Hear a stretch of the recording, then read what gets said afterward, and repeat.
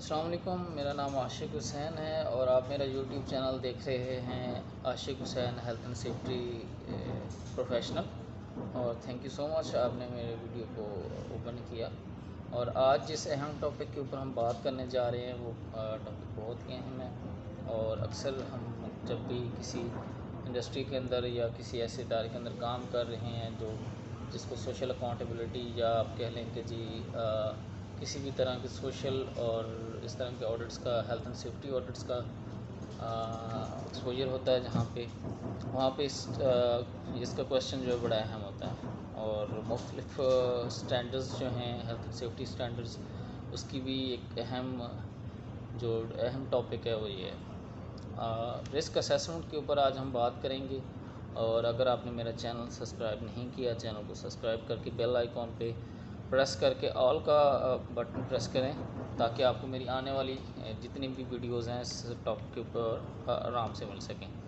اچھا، سب سے پہلا کویشچن یہ ہے، پرابلم یہ ہوتی ہے کہ ہمیں مختلف انٹرنیٹ کے اوپر، یوٹیوب کے اوپر، مختلف چینلز کے اوپر ہمیں مٹیریل مل جاتا ہے، لیکن اب ہم ورکرز لیول کے اوپر ٹریننگ کیسے کروائیں، ان کو اردو میں یہ ٹرمز کیسے سمجھائیں، اس کے لیے میں نے یہ ویڈیو بنانے کا سوچا۔ پہلا کویشچن یہ ہے کہ رسک اسیسمنٹ ہوتی کیا ہے، یا رسک اسیسمنٹ کا جو ورڈ ہے اس کا مطلب کیا ہے۔ تو آپ کو بتاتے چلیں، جب بھی آپ ورکرز لیول کے اوپر بات کر رہے ہوں، آپ کو اس چیز کا اندازہ ہونا چاہیے کہ ہو سکتا ہے وہ آپ کی جو پروفیشنل ٹرمز ہیں اس کو نہیں سمجھ سکیں، آپ کو ان کے لیول پہ جا کے سمجھانے کے لیے نیٹو لینگویج یوز کریں، ان کے لیول پہ جا کے سمجھانے کے لیے ان کو ایسا لہجہ اختیار کریں کہ وہ آرام سے سمجھ سکیں۔ رسک اسیسمنٹ کی ڈیفینیشن یا اس کی تعریف ہم ایسے کر سکتے ہیں کہ کسی بھی کام کرنے کی جگہ کے اوپر یا ورک پلیس کے اوپر جو موجود خطرات ہوتے ہیں ان کا کیئرفل ایگزامینیشن، یعنی ایک محتاط اندازہ، جس کی وجہ سے فرد یعنی ورکر، پراپرٹی، بلڈنگ اور انوائرمنٹ کو، ماحول کو خطرہ کیا لاحق ہو سکتا ہے، اور ان خطرات سے نمٹنے کے لیے کیا تدابیر اختیار کی گئی ہیں، مزید کیا کی جا سکتی ہیں، اس طریقہ کار کو رسک اسیسمنٹ کہا جاتا ہے۔ یعنی عام لفظوں میں رسک اسیسمنٹ ایک ایسا پروسیجر ہے جس میں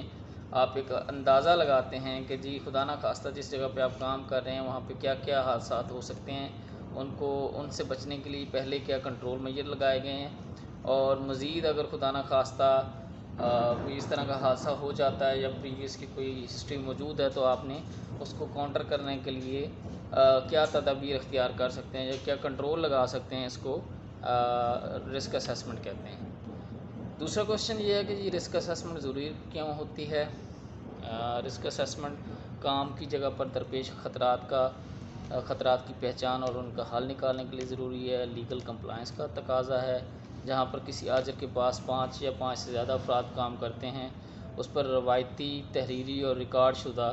اسیسمنٹ کرنا لازمی ہو جاتا ہے۔ ILO کے کنونشن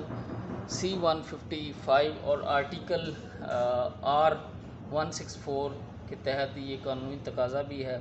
جو کہ پاکستان ILO کا ممبر ہے، اس لیے جتنے بھی رولز اینڈ ریگولیشنز ہیں ILO کے، وہ ہماری انڈسٹری کے اوپر بھی لاگو ہوتے ہیں۔ اچھا، اب رسک اسیسمنٹ کے لیے جو ہے اس کے فوائد اور اس کو کرنے کا مقصد کیا ہوتا ہے۔ اب ورکر ہے یا مینجمنٹ کے لوگ ہیں یا ایون اکثر پروڈکشن کے لوگ کہتے ہیں یار کی تسی ڈرامہ پڑھیا ہے، اس کی ہمیں کیا ضرورت ہے، اس کا فائدہ کیا ہے۔ تب آپ ورکر کو یا اس لیول کے جو سپروائزرز انچارجز ہیں ان کو آپ سمجھا سکتے ہیں کہ اس کا پہلا فائدہ یہ ہے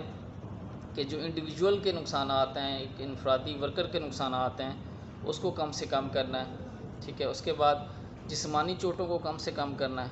کام کی جگہ کے اوپر یعنی فزیکل انجریز کو کم کرنا ہے، کام کی جگہ پر بیماریوں کو کیسے کم سے کم کیا جا سکتا ہے۔ کوئی وائرل ڈیزیزز ہیں جیسے آج کل کرونا ہے اور کووڈ-19 کا بہت بڑا خطرہ ہمارے سر پہ ہے اور اس سے ہم گزر بھی رہے ہیں، اس سے کیسے بچنا ہے۔ چوتھا، پراپرٹی یا آپ کی جو مشینری ہوتی ہے، اس کے اثاثہ جات جو ہوتے ہیں ان کے نقصان کو کم کرنا۔